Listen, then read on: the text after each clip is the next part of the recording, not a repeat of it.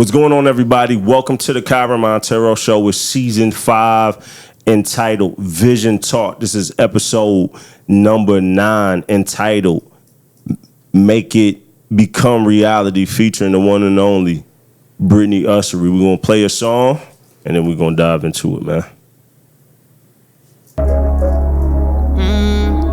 Give it your all. Shameless plug. Give it your all. My brand new album is available on all platforms right now, man. Give it your all. Let's go. Levitate and keep pushing. Let the work begin. Yeah. Give it all for the vision. See it through to the end. Give it all. Give it all. Give it all. Give it all. Give it all. Give it all. No time to be wasting. Visionary set dreams. Yeah. Sacrifices come with it. Never breaking, don't bend. Give it all. Give it all. Give it all. Give it all. Give it all. Yeah. You gotta give it off. You want to be a visionary, man. Salute to everybody watching, man. Round of applause for y'all, man. Make sure that you check the podcast out on Apple, Spotify, iHeartRadio, and everywhere else that you can check the podcast out audio-wise. And then if you want to watch the video, make sure that you check out YouTube and Facebook for high-definition videos. This season, Season 5, we're entitling it Vision Talk, which is teaming up with other entrepreneurs and people in leadership to talk about their journeys. And today on the show, we have somebody who is a trailblazer in her own right. She is an entrepreneur. She is the owner and operator of Innate Texture. Did I say that right? Yeah. I did? Okay. She is a premier curly hair salon owner based in the Indianapolis area. Her expertise goes beyond hair. She's a multicultural hairstylist, educator, a certified life coach with Lark songs, where she specializes in a unique niche of wardrobe coaching. With a bachelor's degree in fashion and merchandising, she understands the intersection of identity, style, and self-confidence better than anyone. Beyond business, she's a daughter, a girlfriend, a sister, a loyal friend. She's a dedicated plant and nature lover, a connoisseur of non-dairy ice cream, a deep lover of music and the arts. Welcome to one and only Brittany Ussery. Thank you. Did I do that justice? That was great. That was great. That was great. Yeah, thank you. We got a lot to talk about. And y'all, before the show, we had like a whole bunch of technical difficulties. So in real time, we are trying a new board along with a semi-new camera setup and trying to up the production, man. So it's a lot of fun, man. How you doing today, though? I'm doing good. Yeah. Thank you. This Midwest cold is something else, man. Yeah. I keep saying I'm surprised. I'm not surprised. It's just I'm not surprised, but I'm definitely ready for the warmth, for sure. I love Indiana April through like Christmas, but that January through March stretch is rough, man. That part is killer. I think my favorite is like our spring, summer, fall, and then after that I'm done. I love fall. Like September in Indiana is my favorite time, and then Really? after that I don't care about anything else. I'm trying to think what is my favorite time here. I may like that time. I may like the August, September time because it's coming off of the back of summer. Mm-hmm. So my birthday is May 10th, so I'm a spring baby. So coming off the back of the winter, it tends to be a little bit more cold, probably. Yeah. I feel like when we were kids, that May got some hot weather. It seemed like it felt like it was always hot in May. It felt like May through right before Halloween. Mm-hmm. It stayed pretty warm. It was nice all the time. But now I feel like it's like June through August. Maybe June. I feel like last year half of June was cold. I'm just like, I don't know. I put it to you like this: as an adult, I wear pants through the summer way more than I used to growing up. Yeah, it used to be like once it hit 75, it was like shorts. But now I'm like, I don't think I'm putting on shorts till it's like 85. Yeah, it needs to get hot like it needs to get hot before I'm putting on shorts. Yeah. Because I feel like it's still cold for the most part. Like there's still a cold breeze somewhere. Yeah. Yeah. I agree, man. Well, I want to get into your story. There's on paper, there's a lot of interesting things about you. Obviously, just like everybody else, I'm gonna be sitting here listening to your story. And, you know, hopefully we can add a lot of value to people as they watch and listen along. So let's start at the origins, man. Where were you born? Tell us your family dynamic and, you know, kind of just, you know, birth up to kind of high school graduating. Yeah, so I was born in Kokomo, Indiana. That's where I'm originally from. My parents, Yolanda and Troy, great people. Salute to the parents. Yeah, salute to them. They're great. I had a lot of friends. I grew up as an only child, and I learned as I got older, I learned that I have a sister, a half sister, and then I have another sister I learned about as I got older too. But I grew up as an only child. I had a lot of friends. I did hair all through school. I would say that I was a happy kid. I think I was a happy kid. I can't remember any like moments of like really bad time, I guess I would say.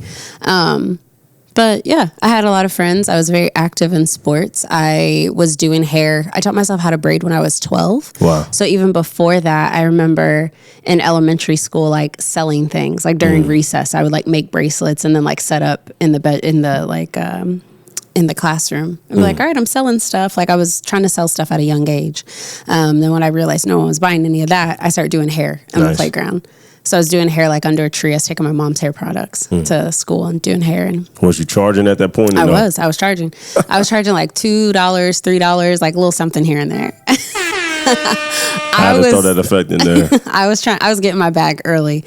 And so I remember even like people wouldn't pay me and I was writing IOUs and I was giving it to them. And the teacher was like, you can't do that. And I was like, well, they got to pay. So as I got older, I started doing hair. I started braiding a lot more and everything. And I remember I had regular people and my dad told me, he told me one time, like once I was driving and everything, he's like, you're going to have to start charging more. He's like, you have gas, you have these products that you have to purchase. And it's like, I don't know. And he's like, you have to charge more money. So I didn't really have like a sticking point of like why I should charge more money. I didn't understand. It was like this $10 I'm getting is fine for me.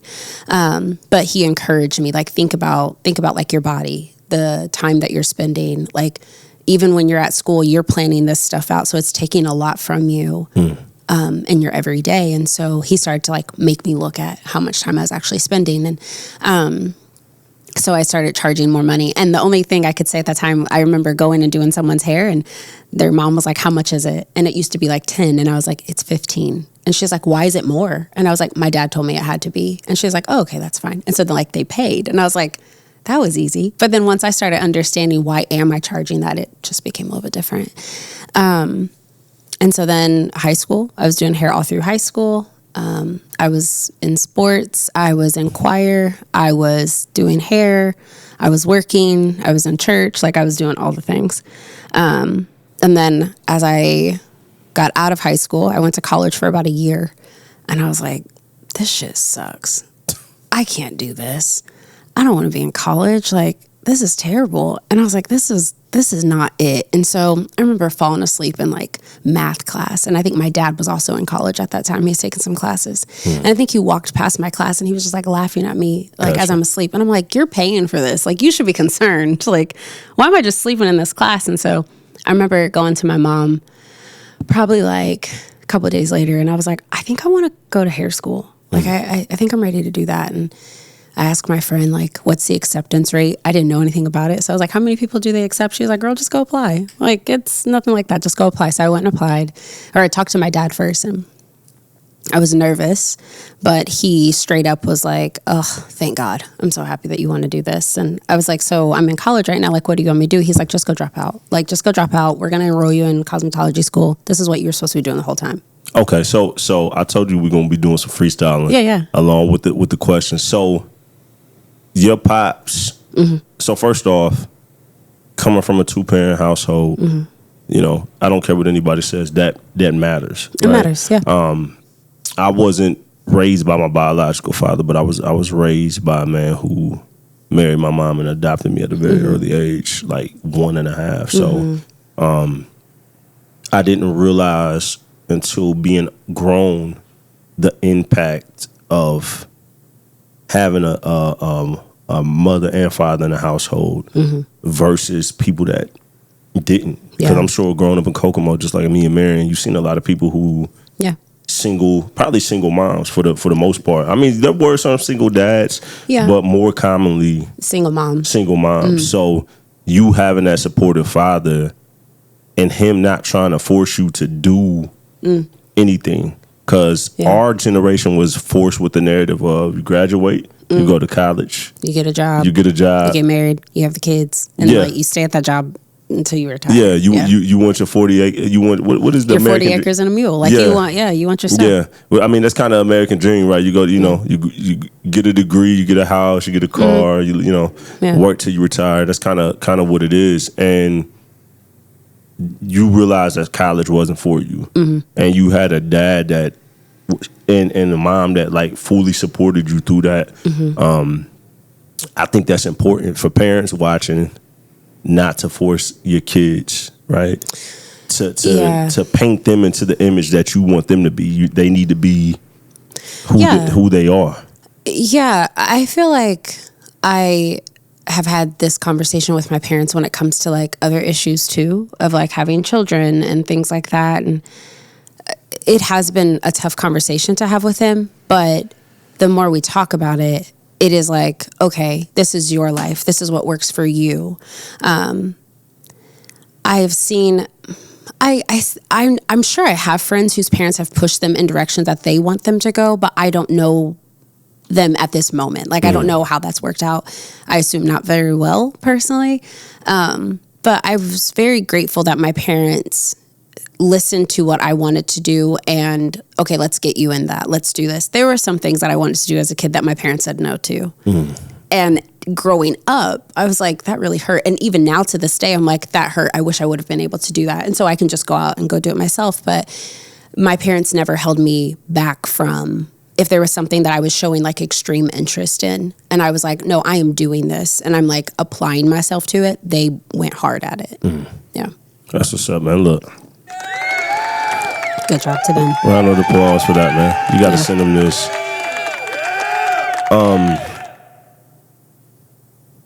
Having that two-parent household, growing up in Kokomo, like, how did that? What did the mold of where you come from? How did that shape you into who you are today? Because how we grow up in the environments and what we see, good and bad, they shape who we are, whether we want to admit it or not. I have moments where I'm like, that stuck out. That stuck out. I remember there was one specific moment. I don't know how old I was. Let's just say I was like 12, 13, something like that. Me and my mom were shoveling the back, trying to like get her car out so that we can go somewhere. And I was like, why are we doing this? Like, where's Dad? He can do this. Why are we doing this? And she was like, he's tied up. Like, he was probably at work. He was doing something else. And I was like, we don't need to do this. We're women. What are we doing? And she was like, listen, you don't need a man to do everything. She was like, you don't need a man to do anything. And I just was like, oh, okay. And she was like, you don't have to depend on people. And if you depend on people, then you're going to be sitting around waiting. And then like, you're going to like, that just builds more things. She was like, you don't need a man to do all this stuff. You can do it yourself. You are able. And I think that, that gave me a sense of independence that is probably a little bit dangerous at times, but it definitely helped me feel a lot more confident walking into spaces of, even if I don't know something, I'm independent enough and able to either get the information or figure it out. So that was definitely a formative moment. And my mom is the oldest of 5 girls, and they grew up essentially with divorced parents. So my grandmother took care of these 5 girls in like on a secretary income. Wow. So there's a lot of like strength. I will definitely say there's a lot of strength on both sides of my family, but I definitely look up to like my mom's side of the family of being raised by a single mom. So, yeah. What was what was growing up in Kokomo, Indiana like? I mean, because it's a little bigger than where I'm at in Marion. It's definitely bigger, but it's not much bigger, right? Right. You know, but it is bigger. What was that like? It was fine. I felt supported by my friends. I felt supported by my community. I wasn't I wasn't sheltered in a way of like not being talked to or not being told about the world. Like I was definitely told about the world. And my parents, they traveled a lot. So I got to see the world too. It wasn't like I was just held in Kokomo. I was able to then like see more stuff and then even see like, okay, when I get older, I don't want to live here. I want to do this. Or if I like, when I get older, if I do live here, this is what I want it to look like. And so that helped. I think that helped a lot. I feel like in Kokomo, for the most part, I felt really supported. I had a lot of friends. I had my mom's side of the family and my dad's side of the family. A lot of them live in Kokomo, so I had family around. Nice. It's great to have a village. And at a young age, would you becoming an entrepreneur, like having that, you know, like you said, you was getting to your bag early at a young age, was the thought of what you were being presented with a struggle at that time of just like working a 9 to 5? Was that a struggle for you? Like, did you have it made up in your mind that you wanted to work for yourself, or was you just trying to hustle up money as a kid? I don't think I knew that I wanted to work for myself until I worked for someone else. And that's when I was like, oh yeah, this ain't gonna work. So you worked at another salon at one point? Yeah, I've worked at other salons. So like I had jobs all through high school, but I think my first salon that I worked at was actually in Lafayette. Okay.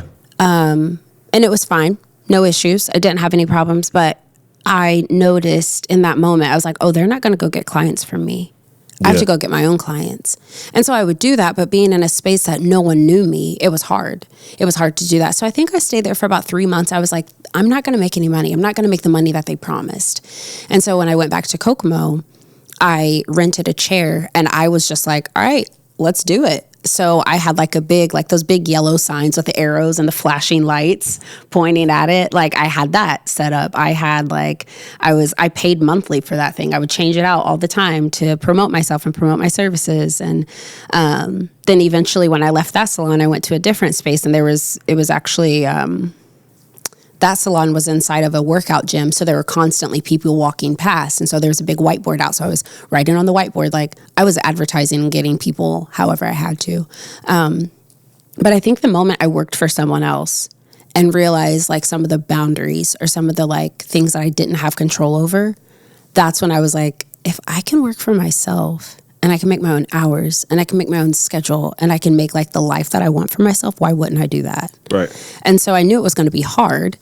And I don't know that I necessarily knew like that Brittany didn't know that this Brittany would be sitting here today saying this stuff. Like I had no idea what it was going to look like, but I knew that whatever it looked like, I wanted to have control over it. Nice. And so I decided that young.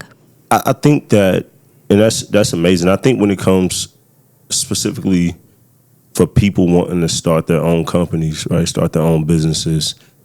Everything you just said is what people think of.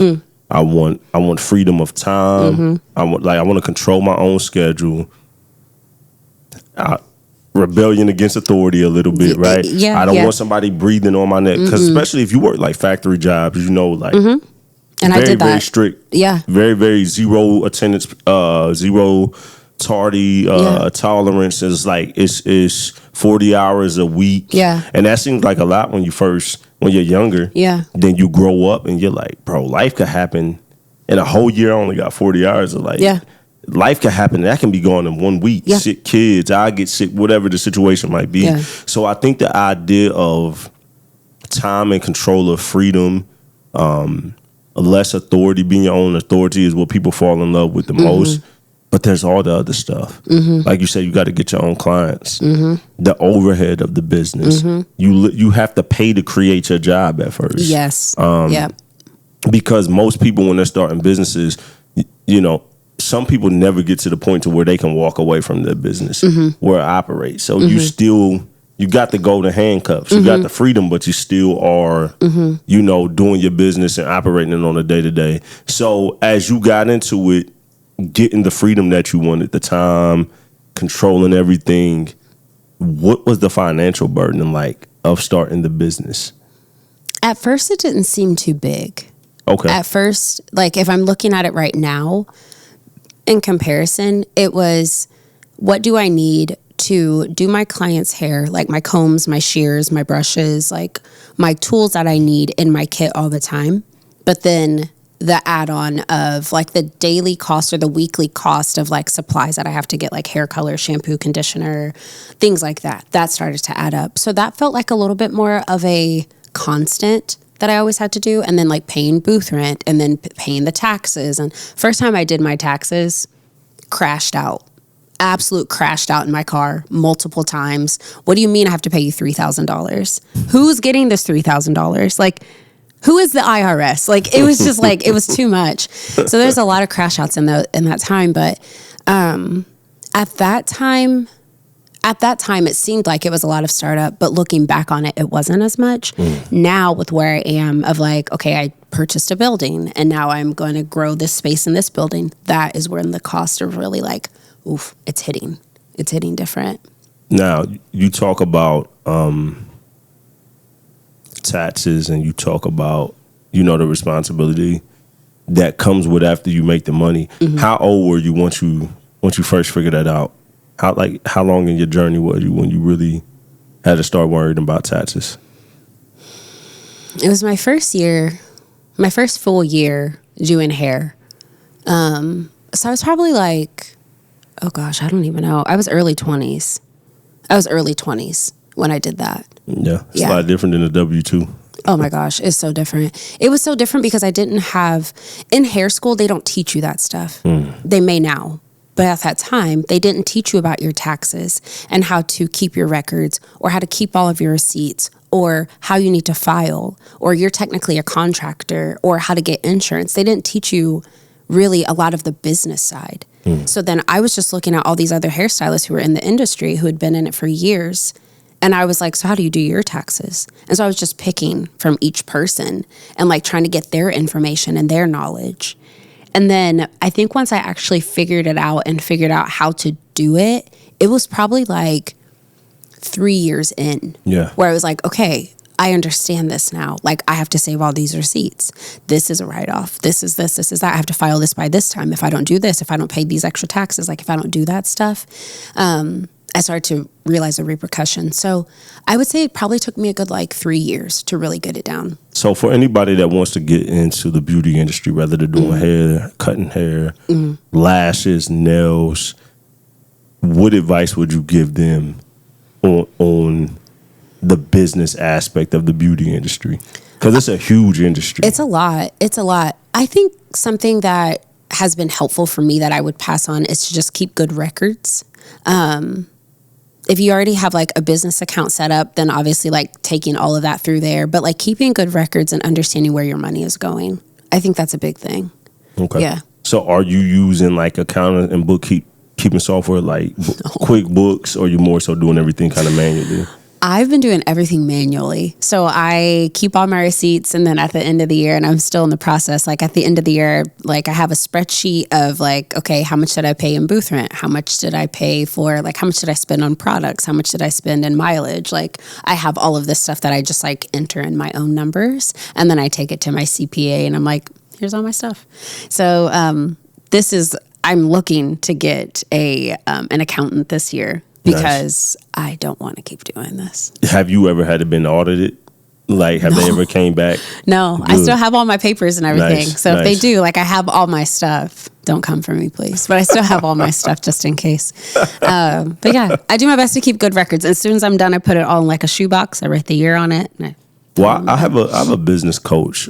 Shout out to my guy, Trent Daly. And he's been astronomically impactful for like the marketing agency that we just started. He owns a company named Insurance Management Group. And you know, they are growing, they're huge, and a lot of employees. And one thing that I've realized about the data of accounting. We think it's just about taxes, but it's also a snapshot of your business that tells a story. So your balance sheet, your profit and loss, as a business owner, is telling you whether you're making good decisions or not. Yeah. And so, like in my business, it takes a lot of tech, a lot of subscriptions, a lot of software, to give a certain kind of level of client experience. And it sucks sometimes when I look at, paying for this stuff on a monthly, on an annual basis. But it also lets me know the other areas of where I need to grow. You know what I mean? So you were talking about how you try to go to school traditionally, figured out that wasn't working. You went into beauty school. After that, you were able to launch a career after figuring out you didn't want to work for somebody. You said beauty school didn't teach you all of the business stuff.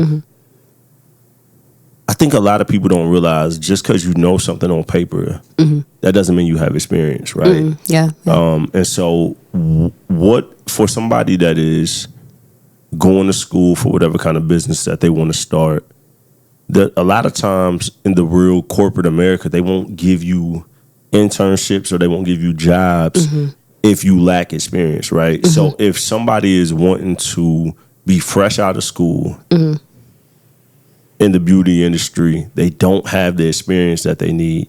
How do they gain that? Yeah, so there's a couple of different ways. One of the main ways, or like one of the most popular ways, I guess you could say, is like an apprenticeship at a salon. So there are some salons that do it and some that don't. But essentially, they all work a little bit differently just depending on the salon, but it'll be so many months or so much time frame. You may have like certain courses that you have to take. You might work with one stylist or you work with multiple stylists there. So essentially it's like understanding their systems, understanding how they operate, understanding how they do business.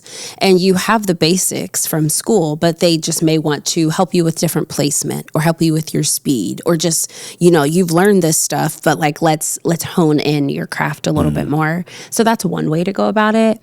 Other ways could be just working at a salon and really working closely with the staff, being a new stylist and like having them help you grow yourself. I think that's a lot of how people usually do it, is some internships or apprenticeships. That's dope. I think that's hugely important, man. And so you got your bachelor's in fashion and merchandising. You went to school originally, then you went to beauty school. Where did the fashion and merchandising degree come from? Yeah, so I don't know how many years I was doing hair, but I was doing hair for a little bit of time, and I've always been interested in fashion, and not necessarily like runway stuff, but more of like the business side of the fashion industry. Okay. So I, right out of high school, when I was going to college, I think I was telling people I want to be a fashion journalist. It's like, I'm going to move to New York. I'm going to write like editorials. But I was like, I had a come to Jesus moment. I was like, I don't like to read. So what makes me think that I'm going to go write all these big ass articles and I don't even like to read a single book? This isn't going to happen. So I honed that in. And when I went back to school, I decided to do fashion merchandising. I went to the Art Institute. It was up and running in Indianapolis at the time. And the main reason I wanted to go back is because I realized that my body was not going to let me work forever. And so in my mind at that time, let me go get another degree, so that if my body starts to give out on me, if I get burnt out on hair, whatever that looks like, I have something I can fall back on that I'm still passionate about. Nice. So that came in at that time. Nice. Yeah. And that brings you into... That brings me into this next question about you being a certified life coach with Lark Song, a nonprofit that is headquartered out of here in Marion, Indiana. Salute to Miss Megan Gilmore, who's the executive director of Lark Song. That's where I originally met you, working on the podcast for Lark Song. And so you specialize in wardrobe coaching, right? Yeah. How did that come about? Yeah, so I originally I started getting my life coaching certification back in 2015. Oh, wow. And I started then, I think it was 15 or 16, but I remember going on a hiking trip in 2015. And that's when it was like, this is amazing. That's when I realized that life coaching didn't have to just be this like straightforward looking at the other person. It could be explorative. It could be out in nature. And that's what fascinated me a lot about it, is that it could move, it could mobilize. So when I started my process during that time, but I didn't complete my certification. I moved away. I was in Texas. Lockdown happened. And I was watching Queer Eye like every morning. So you were down in Texas during COVID. Mm-hmm. Wow. Yeah, I moved there in 2018. And during that time, when I was during lockdown and everything, I was watching Queer Eye. And I kept feeling this, like, I don't know what it was, but I kept feeling this pull to go to Arizona. Don't know why. It was just like something kept like pulling me that direction. And I kept saying like, oh yeah, when I was in Arizona, and I would pause and I was like, I've never been there. So why do I feel like my body has already been there before? Something strange about that. And so I remember waking up every morning watching Queer Eye, and I was thinking like, I can do some of these things. Like I have my certification in life coach, or excuse me, at that time I'm a hairstylist. I have fashion wardrobing. Like I have all of that stuff down. I had some other things that I enjoyed doing. And I was like, I think I want to go back and get my life coaching certification. So I reached out to Megan, and she actually was like, we're actually going to be doing a cohort in Arizona. And I was like, oh, that's crazy. So I went to Arizona and did my certification. And through that, when you're in the program, you learn about life coaching all around, like all the mediums that you can use it with. But what I kept finding myself coming back to, or what felt easy for me, is wardrobing. Okay. So essentially with that, I created a whole package where me and my client will discuss like their current wardrobe and where they want to go. Like, where does their future self see themselves? How do they dress? How do they show up? And so we explore a lot of those different things. I also go into their closet and we pull everything out of the closet and we go one by one, each piece at a time. Like, does this still honor your future self? Does this honor your future self? And we put them in piles. One of the people I did this with, we put everything in piles, and she donated like all the stuff that she didn't want anymore. And then when she came back to her closet and put everything in there, she was like, there's like not a lot here, but this is exactly the things that I wear all the time. So then from there, we made a list of the things that she wanted to make sure that she got back into her wardrobe. And then we went out shopping and did some coaching around all of that. So. Wow.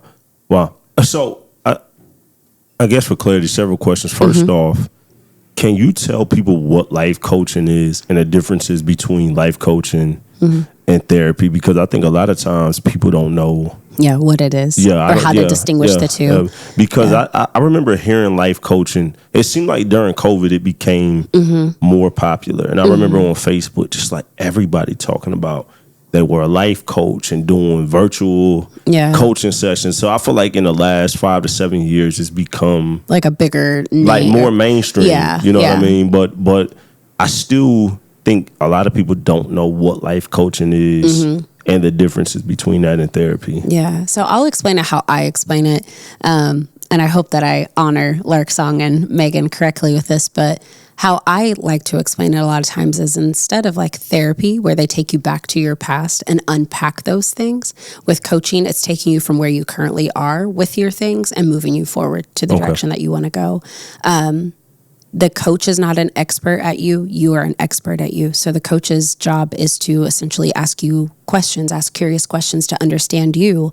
But in turn, like you will start to reveal a lot to yourself. You're doing, the client is doing the most work, and they're understanding a lot about themselves and being able to work through whatever they're working through or get them to their next phase in the way that they feel is best for them. Nice. Yeah. Nice. So obviously you got your certification through Lark Song.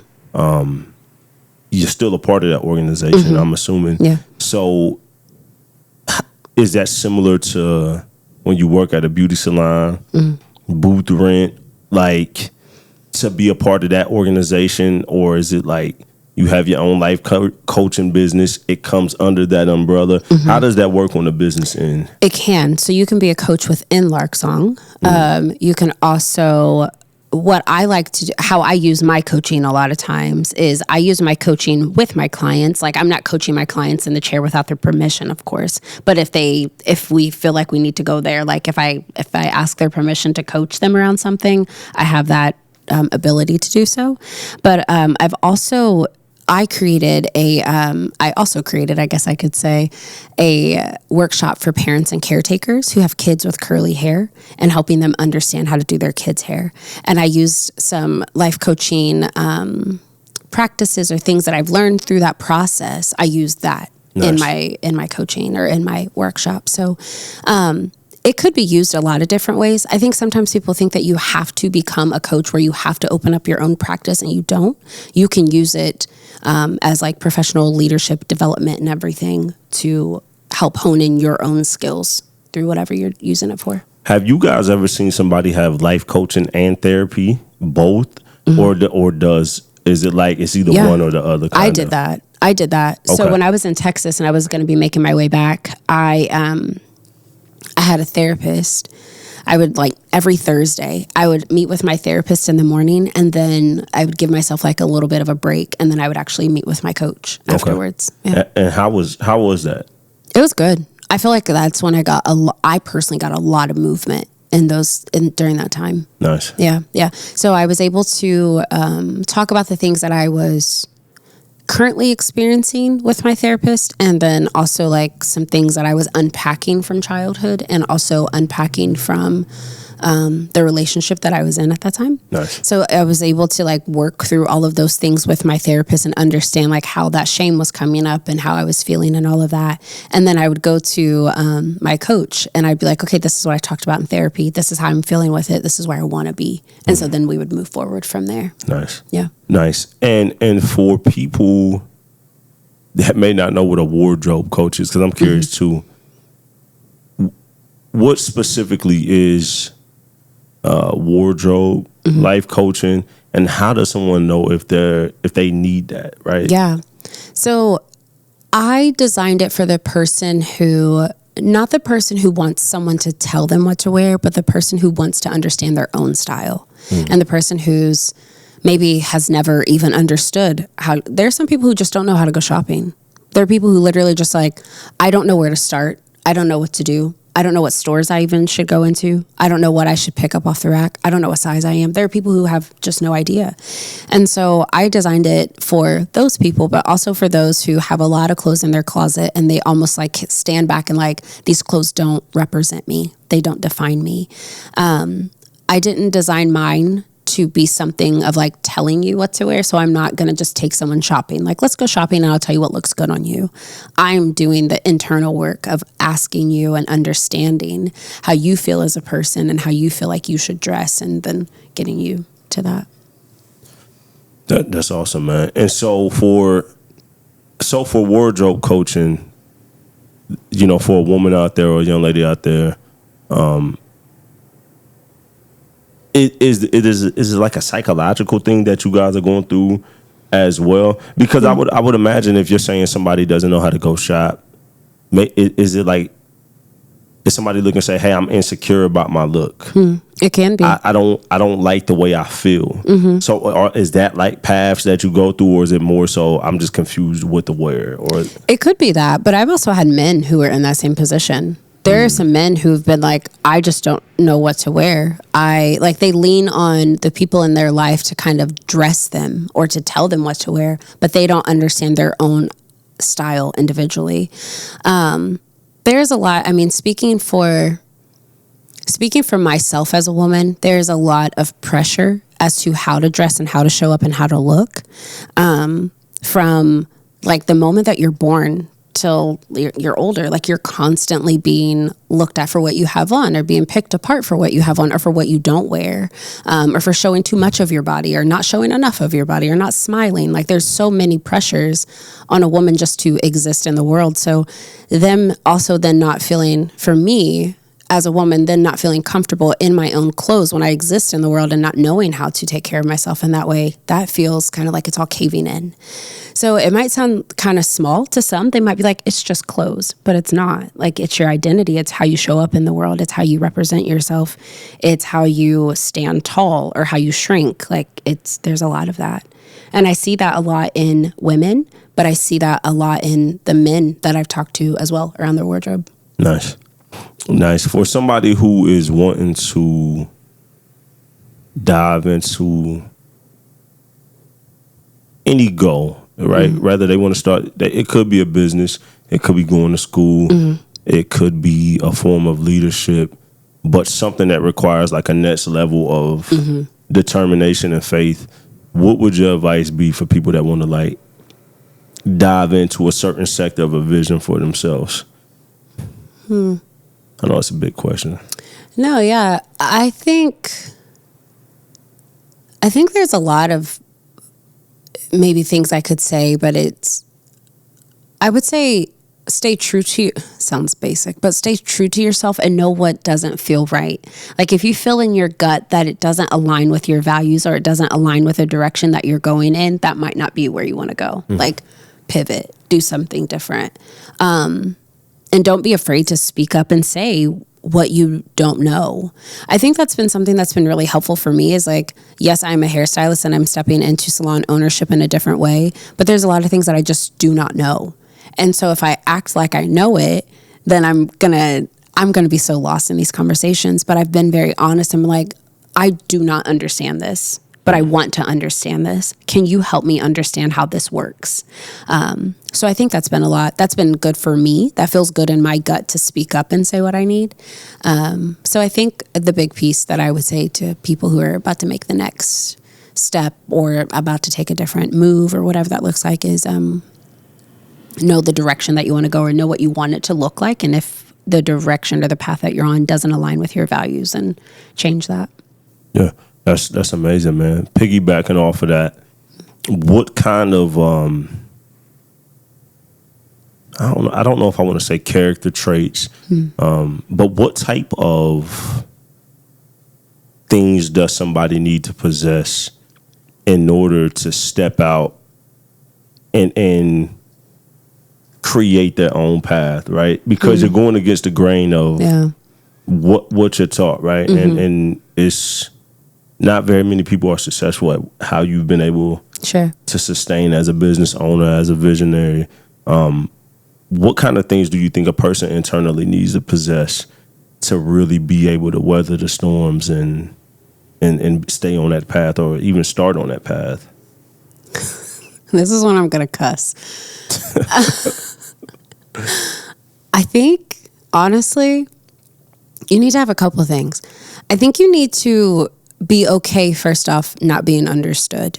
That's something that I'm constantly having to relearn, is that it's okay for people to not understand your goal exactly. But if you have vision and you understand it and you know that it can be successful and like you have direction, go for it. 100%. But I think you also have to have a little bit of fuck it. Like you have to have just a little bit of that in your system. I'm so sorry if people are like, oh my gosh. But you have to have a little bit of that in you, a little bit of that like, I am determined at all costs to do this. Like I will lose money for this. I will bleed out for this. I will do what I need to do to make this work. I think you have to have a little bit of like, this is going to be scary, but fuck it, let's go. Like you have to have that. Yeah. If you could rewrite the definition of visionary in your own words, like if Webster approached you, dictionary.com approached you, what would be your version? What would be your definition of that word? I ask every guest on this season this question. Ooh. I don't even know.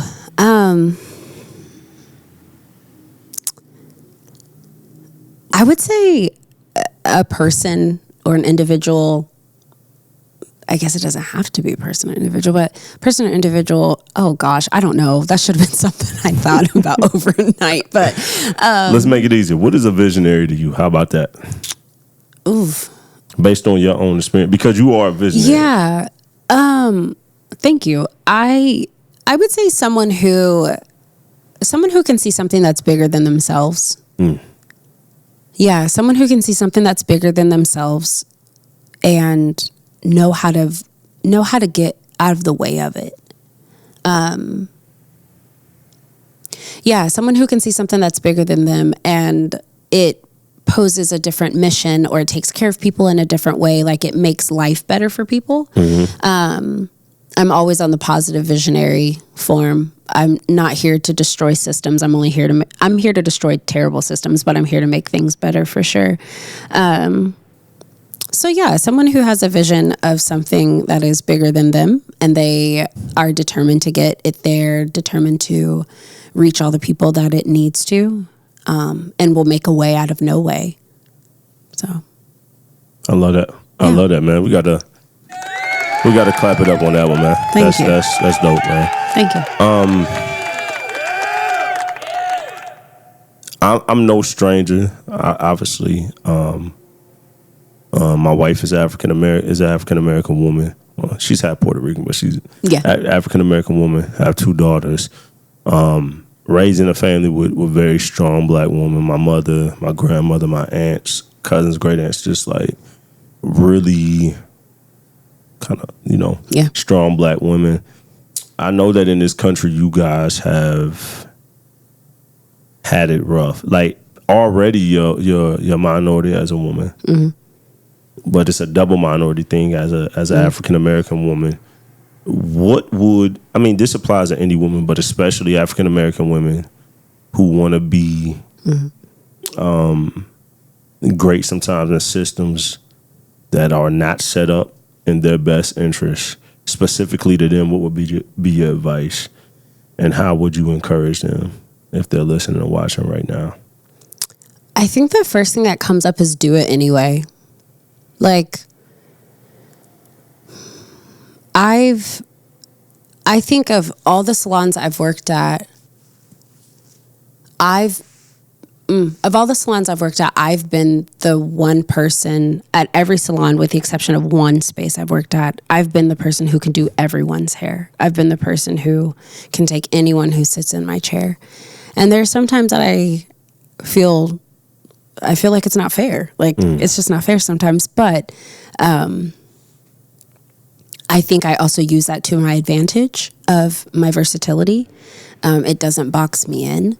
And I think that also helps me to keep thinking bigger outside of myself when I am creating. Gotcha. I think with little limitations because of that.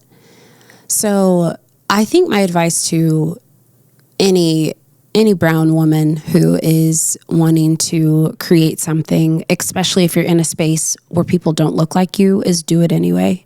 Because your dream shouldn't be squashed just because people don't look like you. Your dream shouldn't be squashed just because someone else doesn't understand it, or they're like, I don't know if you're going to succeed here. Like, you can do it. You can do it. You might have to fight a little harder. You might have to grit your teeth a little bit more. You might have to make extra phone calls, but they will respect you. 100%, so, man. Yeah. That's admirable, man. That's admirable. You also are a lover of music. You're a lover of the arts. Oh, yeah. Which doesn't shock me, because it seems that athletes, people in the beauty industry, and the arts, they all go together. They tie together so well. They all, and at the heart of our people, we are fashionable. We're very artistic. We're very spiritual. Very creative. And I think that, one of the guests before you, my guy Darius Darling, who's a gospel artist out of Detroit, but he lives in Fort Wayne now, and we talked about how even during slavery times, when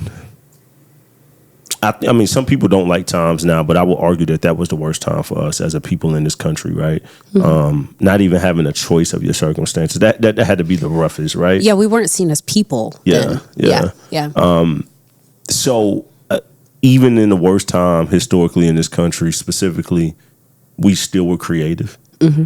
We still kept the faith. We were still innovative. We still married illegally because they wasn't supposed to get married. Yeah. And some of the greatest hymnals of all time come out of that era, right? So with you loving the arts and you loving music and creativity, we live in a time right now where I feel like telling the truth through the arts, the cancel culture, if you want to say, and it doesn't have to just be about your sexual preference or orientation. It can be about anything, a truth that you want to speak on, that you have the right to speak on. People will try to shut you up. And it's very easy to do on this internet, right? And so when you look at the arts, I would include stand-up comedy in the arts. People like Dave Chappelle are incredible. People can say what they want about Cat Williams, but these type of comical artists are incredible at using their platforms. How important is it to keep the authenticity of art protected? That's my first question. It's very incredible. It's major to keep it. And I understand that art is constantly changing, but I think protecting art and protecting those who create art and speak of the art and speak of the truth and protect those, I don't think there's any other choice. We have to protect them. I think we have to. And we have artificial intelligence coming in, right? And so in your industry, in the beauty industry specifically, I don't never really see, I don't know how AI can ever replace barbers and beauticians and lash techs, right? But in other forms like music, photography, videography, different type of digital-based production, there's a lot of people that are fearful of being replaced, right? By what is your thoughts about artificial intelligence being integrated into art? I don't think it's all bad, but I do think there's bad that comes from it. I don't think it's all bad, but I do think that there's bad coming from it. And what I'm really struck by right now that I'm like leaning into and learning about is the environmental impact. I don't know all of it, but I know that it is a big environmental impact. When it comes to, I will say that it does affect the hair industry in the way of when clients bring in inspiration pictures. That affects it a lot. Speak on that, please. So it was one thing to have people bringing in pictures of celebrities. That's one thing. But then when people start bringing in pictures that are clearly not real, like very AI, it's hard to then tell that person that it's not possible to do that on their hair or to do that in general. Or like maybe it can be done, but it can't be done on their hair for a certain reason. Has there ever been a time where it's been hard to tell if it's real or not? Or did you know? I think it can be at times. I think there are moments that it can definitely be hard to tell if it is real or not. There's some pictures that it's like you're looking at it and you're like, no, I can see the shading right here. That is AI. But yeah, I think there are times where it can be tough. Okay. Yeah. Was there ever a time in your life where you were involved in the arts at all, like outside of being a hair beautician? Because some people will argue that that's art in a way. Yeah. So I was in show choir when I was younger. I also did. I did show choir through high school, and then when I got out of my senior year, I was the lead in a musical called Seussical the Musical. So I was that character. And then after high school, I was involved in community theater. Okay. So I did singing, dancing, performing, everything else. So yeah. Okay. Yeah, man. These days when you say arts, I have to like be more open-minded. We're actually in the process of starting. Well, I don't know. I can say it. We're in the process of starting a nonprofit organization called Art That Positions. It's already been incorporated. Legally, it's already a corporation. We already got the logo. We already snatched the websites and the emails and all of that. So we're getting a board of directors together right now. And the hope for that is to be able to get grants, right? And teach kids and young adults the arts, because if they would just come through our for-profit company and we bill, it's gonna be a lot of money. Yeah, you want a 6-month program, it might be $6,000 to $10,000. Yeah, parents don't have that kind of money. Young adults don't have that kind of money. So, hope. Well, it's a beautiful thing because we're able to take our space and our assets and teach and open up ways. So it's beneficial in many ways. But I bring that up to say, when I think about the arts I feel like back in the day, it was very easy to identify. Oh, you paint, you draw, you sing, you rap, you produce music, you do photography. But I feel like now, I think that we have to expand that. Yeah. That world, right? And so because when I think about the beauty industry, so when you think about yourself as a beautician, or you think about barbers, lash tech, nail techs, I mean, I see things that nail techs are doing.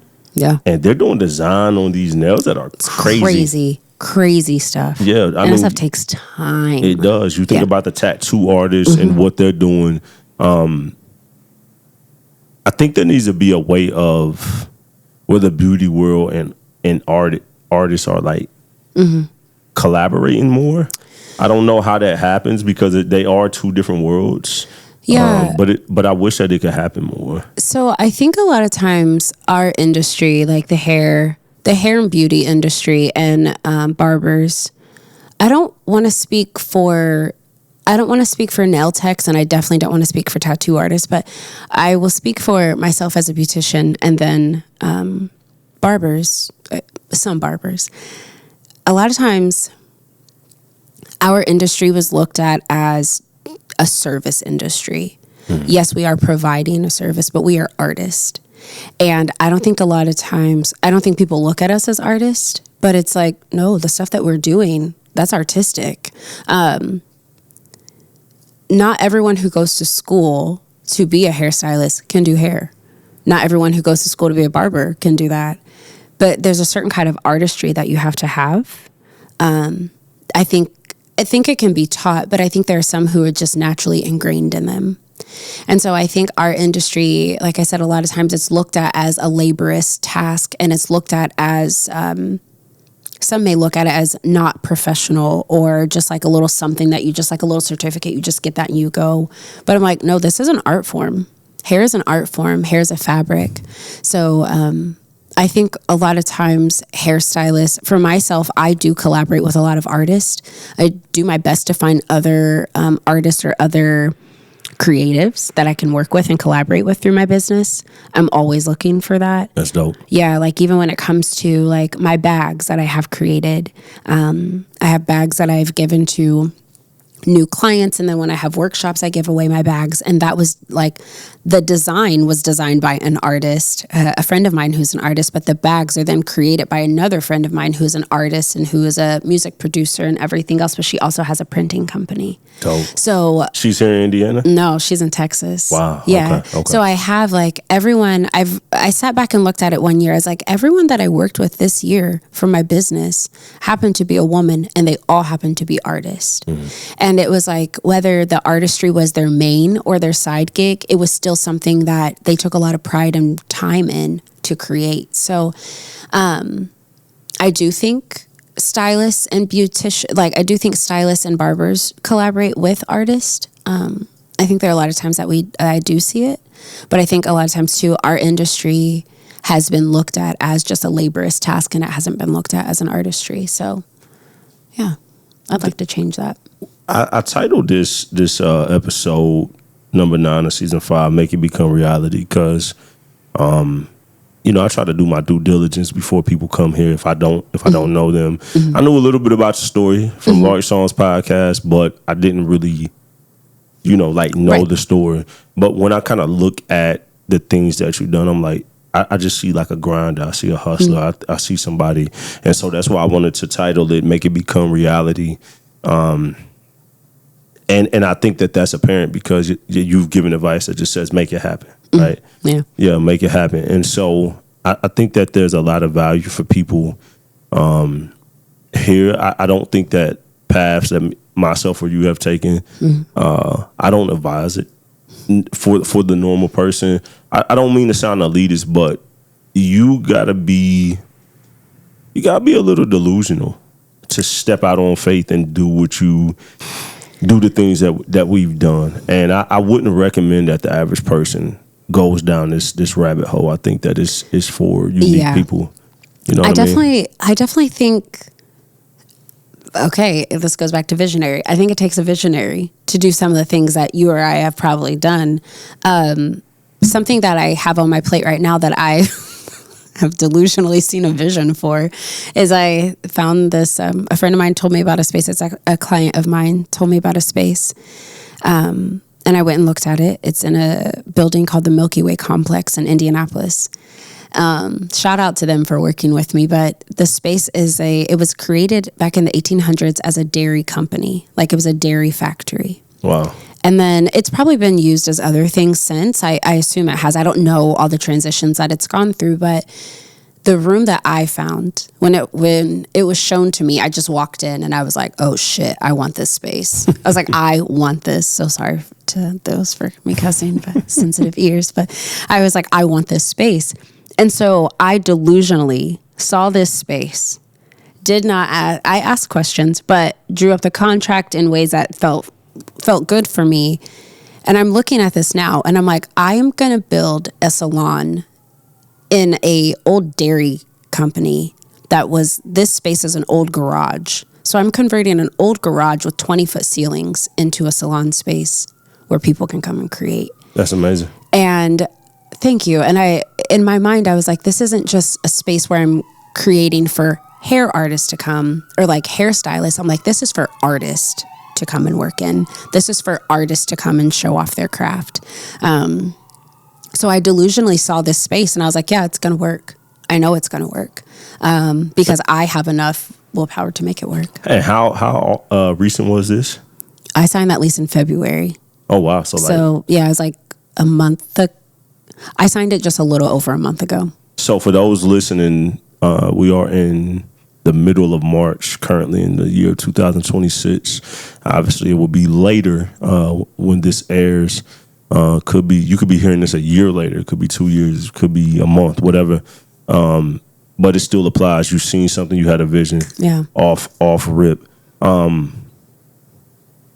Once again, some people say that being a visionary is seeing what others can't see. Mm-hmm. I think that's more of the textbook. But I think that sometimes when you go down a path and have your own experience, you start to have your own wisdom.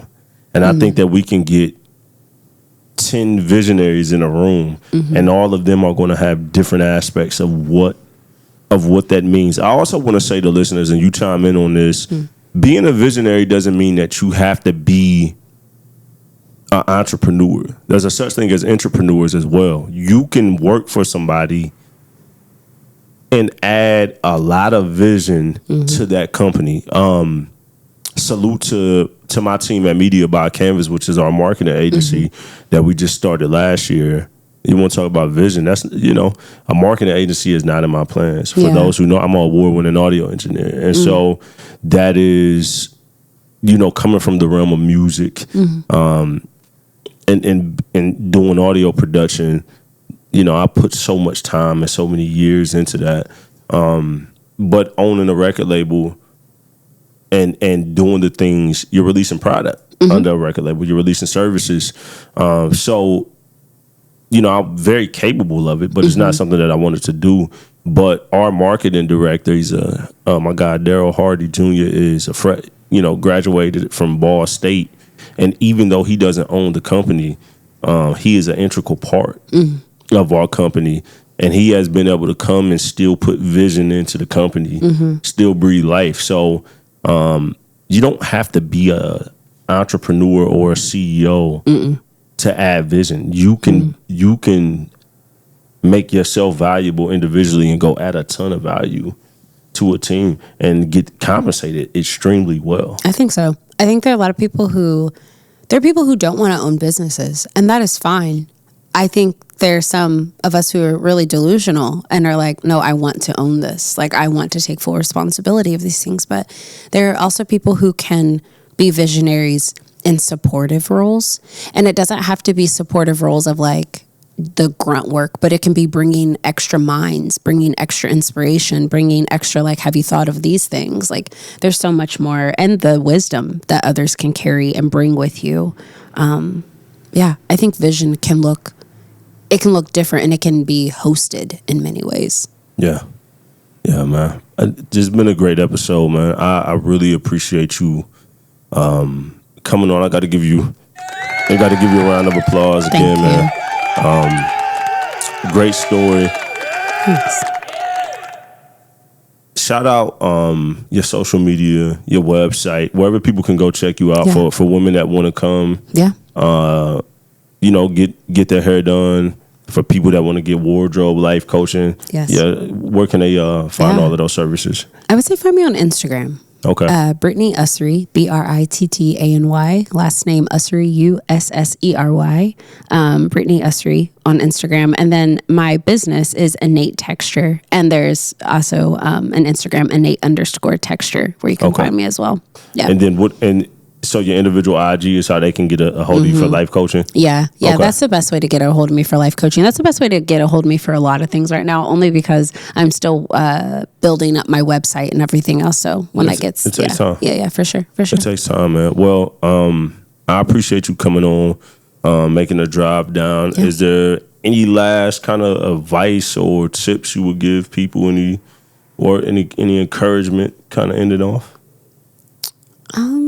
I think first I want to say thank you for asking me. Thank you for having me. This was great. I was like, ooh, what are we going to talk about? I think what I want to share with people is just to live boldly, live vibrantly. You said vibrant yesterday in a text, and I was like, I don't use that word enough. So vibrantly, live big. Just because others around you may not look like you or may not be doing something like you or may not even dress like you, that doesn't mean that you have to hide yourself or shrink yourself to fit in with everyone else. You can be that bright person in the crowd. If you have a dream, if you have something that you want to do, talk about it, be about it, journal it, vision it, do it all. I think a lot of times when we hold our dreams in and we don't share that with people, then it can't become real. So the second you share that with people and it becomes bigger and bigger, that's when that vision can actually come to life. So, and take care of people. See, she keeps adding. See, my brain goes, man. I'm trying to get her out of here. She keeps going. You just talked about basically what you just said is outside of being who you are, being who unashamedly, and being who you're called to be. Add value to people. Yeah. We live in a time that is selfish. Oh, yeah. It is me, myself, and I. Yep. It's what I want. Yep. There's a huge sense of entitlement. Mm-hmm. And I hear our age group, I'm about to be 36. Mm-hmm. I'm 38. I didn't want to say it. Yeah, it's okay. You're still young, but I'm going to let you say that way you don't come back and punch me. No, later. you're good. I don't mind. I'm good. But we're still young, but there's a generation under us in their 20s. There's a generation under them coming into adulthood where I feel like everything that's just being taught is about you, yourself, you. Mm-hmm. But the truth of the matter is that you don't really serve the world greatly until you add value to other people. Yep. Right? Yep. And there's a lot of times as a person and as an entrepreneur where I've wanted everything to be about me. Mm-hmm. Very narcissistic in my thought processes and in my actions. And I've had my business coach and other people just hold me accountable and be like, yo, it's about adding value to people. Yeah. Yeah. And until you add value to people, you're not going to be successful. Yeah. Something I've noticed with my business is I have the experience of being a new hairstylist. I have the experience of moving to another city and having to start a new clientele. I've had to learn things that I've never learned before. I've had to do things on clients' hair that I was like, this is my first time ever doing something like this. Running to the bathroom to look it up to be like, do I know how to do this? And going back, I've had a lot of experience as a hairstylist. I also have had experience as owning my own business. And I know what things I need to have for myself to feel comfortable. And something that I told myself is when I create this business and when I open this salon, I don't want the salon to just serve me. I want it to be a space that continues to nourish the people who come into it as well. So I want my salon to be able to run without me. I want it to be bigger than me. I want my salon, and my salon will look completely different than other salons. So it will be a multicultural hair cutting, styling, and education space. So we won't have hair color at first. I just want to like run with the vision of the things that I have. And I'm like, there's so many spaces where people can go and get their hair colored, but there's not a lot of spaces where white women, black women, Hispanic women, like all types of women are coming into one place, and men, excuse me. Like there's not a space where a lot of these people are working in one area and doing locks, twist, braids, extensions, curly hair, shags, creative cuts, barber cuts. Like I want all of the creative styling in my salon. And I don't want that because that's something I don't see around me. And I want to be able to host that. I want to be able to host all of those creatives in my space, and I want them to work together and understand each other's practice.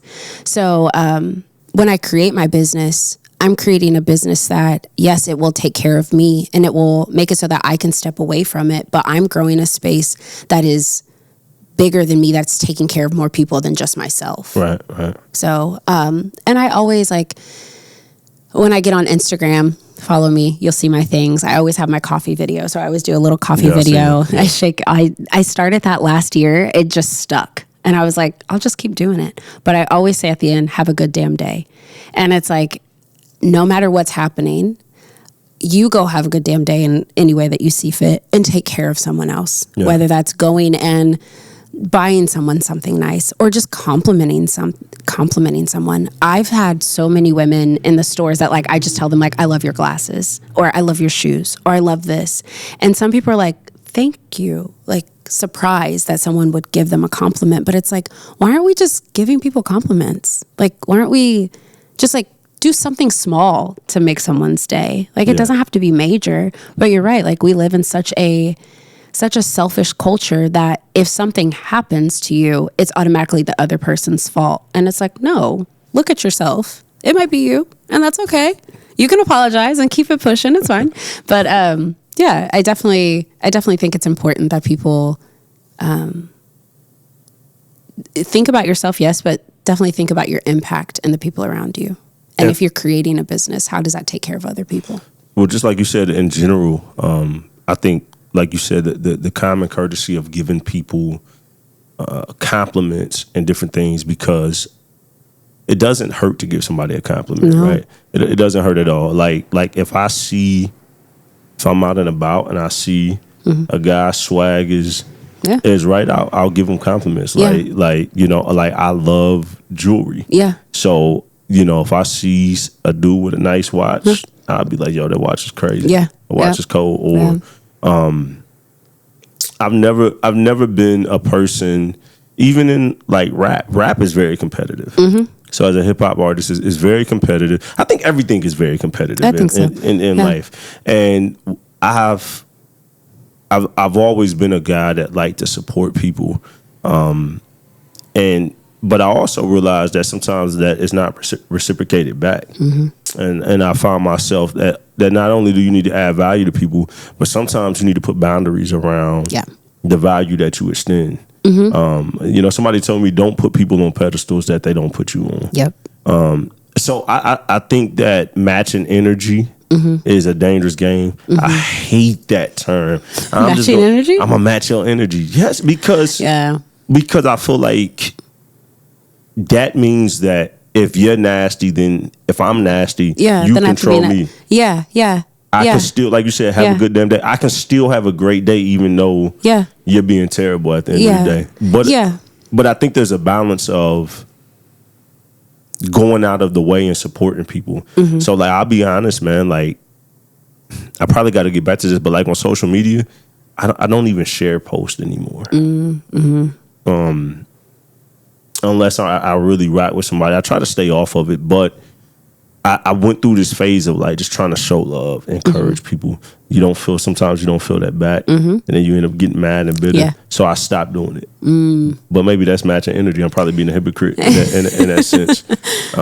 But I think the world is a better place when we are thinking about more than ourselves. And I think that right now we live in a time period where if it's not beneficial, then you know, I know some entrepreneurs that they're like, if it's not a money conversation, I don't want to be a part of it. That is a dangerous world to I live think that's in. dangerous. I think that's dangerous because I've been there at times. I think I've definitely been there. Actually, I don't know that I can say that necessarily. I think I'm getting to a point where I'm having to say no to things, which there's one part that feels good, but then another part that doesn't feel good because I want to do a lot of community things. I want to do a lot of community outreach or services or things like that. But unfortunately, I don't always have the capacity or have the time because of the things I'm trying to build. Right. So I find myself on the opposite side of that. I find myself like having a conversation with someone and like, oh yes, this feels aligned. And if they say money's involved, I'm like, oh great. I was willing to do that for a little price of nothing or, whatever that looks like. But I think the second we shut down conversations because there's no money involved, we're shutting off our, it's almost like cutting off an arm because your reach or like you're extending to your community or what you will do for people, like it kind of limits that. So. Yeah. Okay. Well, at the end of the day, man, we appreciate you for coming once again, man. No problem. As she said, man, be yourself, be great, extend grace to people, compliment, be kind. Yeah. And you do not have to be a business owner to be a visionary, right? You can follow your purpose, be who God made you to be, and you don't have to always be a boss.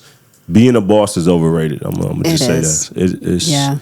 It's overrated, man. I think that you can be a leader without having fancy titles at times. Yeah, I think you didn't ask for this. But I think sometimes if we put boss on our labels all the time, then it almost makes it seem like we have to show up a certain way. We have to know everything about everything. But that also doesn't leave room for you to just take care of yourself and just admit when you don't know something. So. I know like the term boss babe was around for women a lot and like boss bitch. And I was like, I don't really like that sometimes because it kind of like puts this performativeness on you. But yeah, don't expect yourself to show up like the next person. No, I think the only time titles are important for two reasons. I think there's internal benefits and external benefits for an organization, company, whatever you want to say. I think internally, it's important for that team to know who is who. That's fair. Yeah. What that role is, and then how they connect. That's true. Yeah. And then I think externally, it's important for people.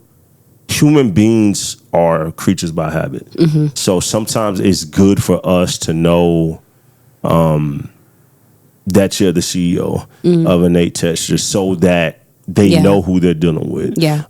It's good for this person to know that, this person is a marketing director or a director of sales or a chief operating officer or a vice president, whatever, because sometimes on the outside, it helps us to know. But the most important thing is forget the titles, like just execute and make it happen. Yeah.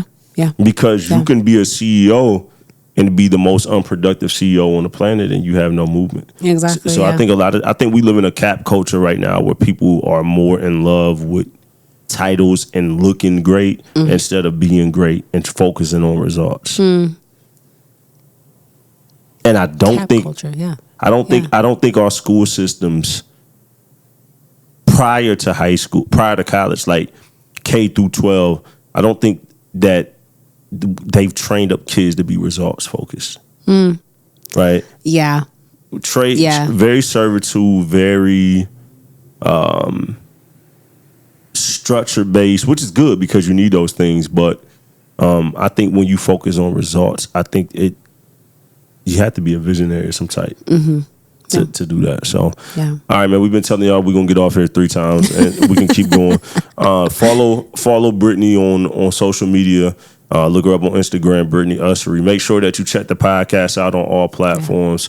You can check me out at KyrenMonteiro.com or at Kyren Monteiro on like Facebook, Instagram, LinkedIn.